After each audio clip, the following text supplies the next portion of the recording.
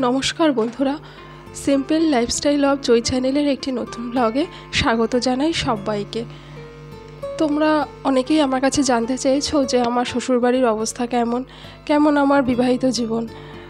তাই তোমাদের আজকে ঠিক করেছি যে পুরো ঘটনাটাই আমি আজকের খুলে বলবো। অনেক দিন থেকেই ভাবছি বলবো কিন্তু হয়ে উঠছে না, তাই আজকের আমি কাজকর্ম করতে থাকছি, তার মধ্যে গল্পটা তোমাদের জানাচ্ছি। যে ঘটনাটা ঘটেছে সেটাই তোমাদের বলছি।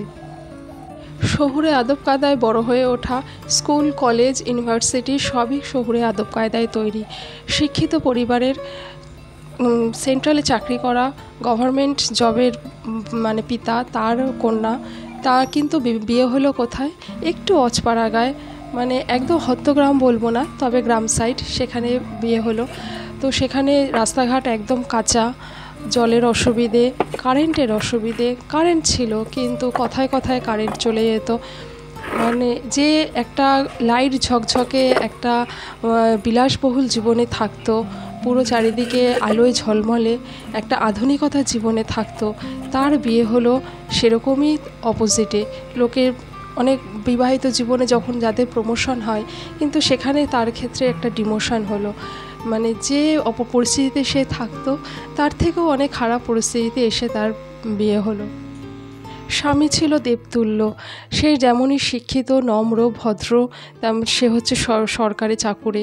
সুতরাং সেই পাত্র দেখেই তাকে পাত্রস্থ করা হলো। কিন্তু শ্বশুরবাড়ির অবস্থা খুব একটা ভালো ছিল না। শাশুড়ি এমনি ভালো মানুষ, কিন্তু ভীষণই সেকেলে মানুষ। সেই আধুনিক শিক্ষিতা শহুরে বৌমার কাছে তিনি ঠিক পেরে উঠছিলেন না, আর বৌমাও কোথায় শাশুড়ির সঙ্গে পেরে উঠছিলেন না, যার জন্য দুজনের তরফ থেকে ভীষণই খোটাখুটি লেগে থাকতো। আর ছিল দুই ননদ।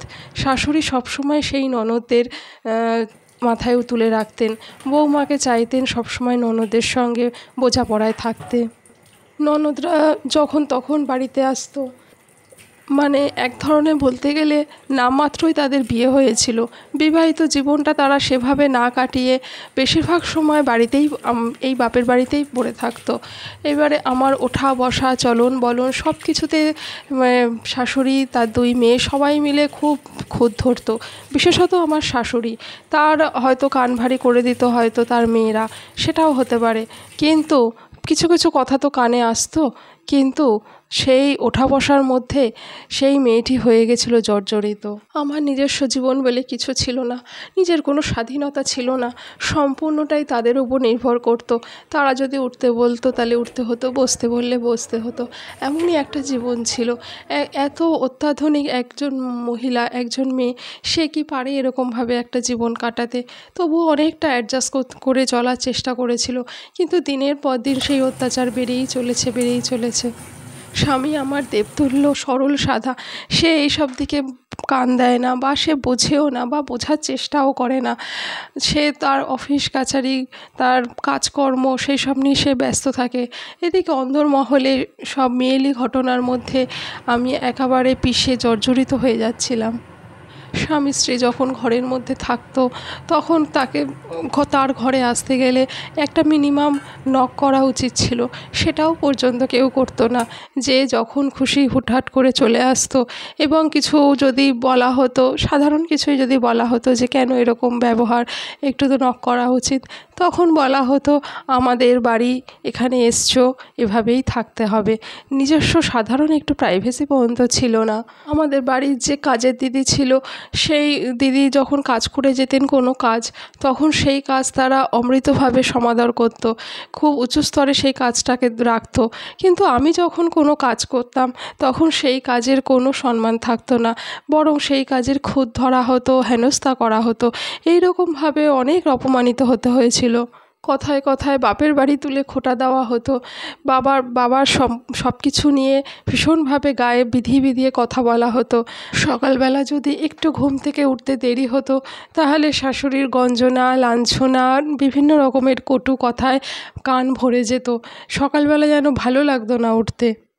আর আমি যেহেতু একটু টিপটাপ, পরিষ্কার পরিচ্ছন্ন, একটু আধুনিকতার ছোঁয়ায় ছিলাম, কিন্তু তিনি ছিলেন একদমই গ্রাম্য পদ্ধতিতে, একদমই আগেকার দিনের বাতিগ্রস্ত টাইপের এরকমভাবে ছিলেন, যাকে বলা হতো ছুচিমামনি যে কথাগুলো বলা হয় সেই ধরনের উনি ছিলেন। খুবই মারাত্মক, খুবই প্যাথেটিক ছিল তার এই আচরণ।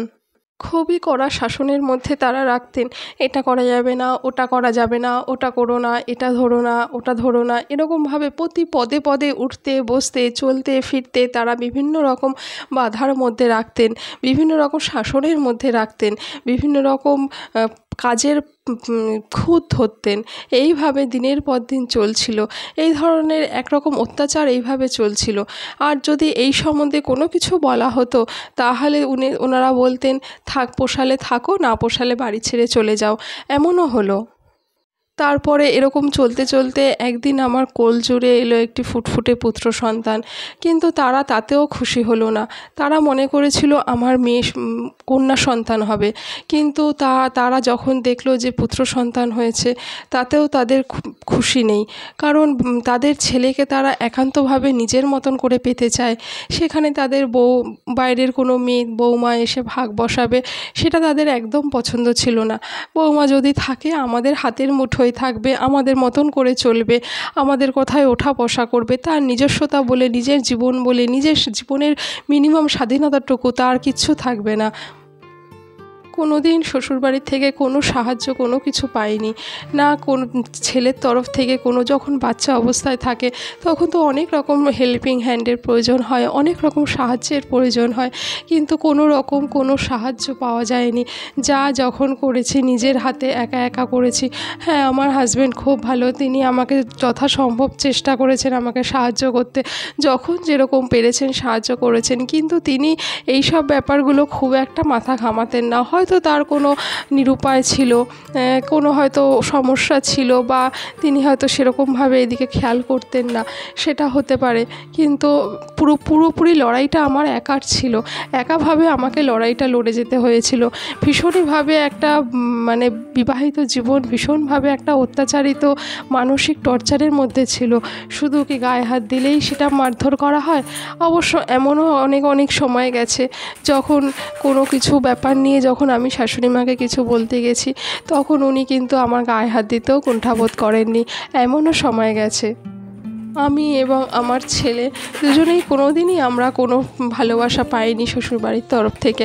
বিশেষ করে আমি তো নই, আর আমার ছেলে হিসাবেও সে খুব একটা ভালোবাসা পেয়েছে তাও নয়। এরপর এই অত্যাচার আর সহ্য করতে পারছিলাম না। একদিন ছেলেকে নিয়ে বেরিয়ে পড়লাম শ্বশুরবাড়ি ছেড়ে। ও শাশুড়ি মা সবসময় বলতেন, না যদি পোষায় ছেলেকে নিয়ে বেরিয়ে চলে যাও, আমার ছেলের আবার আমি বিয়ে দেবো। তো এত অত্যাচারে থেকে আর আমি পারছিলাম না, ছেলেকে নিয়ে বাড়ি ছেড়ে বেরিয়ে চলে গেলাম। তখন গিয়ে চলে গেলাম বাবার কাছে, কিন্তু বাবার কাছেও যাওয়ার উপায় নেই। সেখানে বাবা অসুস্থ, মা অসুস্থ, কোথায় যাব, কি করব, তখন কিছুই বুঝতে পারছিলাম না। এরই মধ্যে দেখা হলো আমার এক কাজিনের সাথে।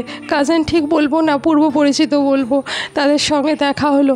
সে তখন আমার এই সব ঘটনা শুনে সে তখন খুবই দুঃখিত হলো এবং সেই আমাকে আশ্রয় দিল। কিন্তু এই ছেলেকে নিয়ে এইভাবে কি থাকা যায়? সে মর্মান্তিক ঘটনা আর কি বলবো বন্ধুরা তোমাদের।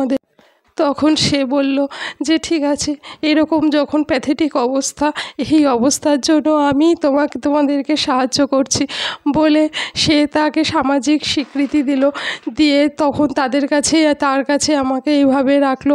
কিন্তু সেই রকম জীবন তো আমি চাইনি বলো। আমি তো চেয়েছিলাম সুন্দর স্বাভাবিকভাবে একটা ভালো জীবন, স্বামী সন্তান নিয়ে একটা সুস্থ স্বাভাবিক জীবন। কিন্তু আমার জীবনে কী ঘটনা ঘটে গেল, এর জন্য আমি দায়ী নই, বা আমি এরকম ডিজার্ভ করি না, আমি এই জীবন চাইনি। পুরো ঘটনাটাই বন্ধুরা একটা কাকতালীয় একটা কল্পনার গল্প। তোমাদেরকে বললাম, কোনো কিছুই বাস্তবে সত্যি নয়, ঘটনাটা কিছুই সত্যি নয়। যদি তোমাদের পুরো গল্পটা ভালো লাগে তাহলে অবশ্যই আমার চ্যানেলটি লাইক, সাবস্ক্রাইব এবং শেয়ার করে দিও, আর বেল বাটনটা প্রেস করো, আর সাবস্ক্রাইব করে প্লিজ আমার চ্যানেলটার পাশে থেকো, আমার পাশে থেকো। এই ইউটিউব জার্নিতে আমাকে এগিয়ে যেতে একটু সাপোর্ট করো। তাহলে আজকের মতন আসি, ভালো থাকবেন, আবারও দেখা হবে নেক্সট কোনো দিনে। আমার অন্যান্য ভিডিওগুলো ওয়াচ করবেন প্লিজ।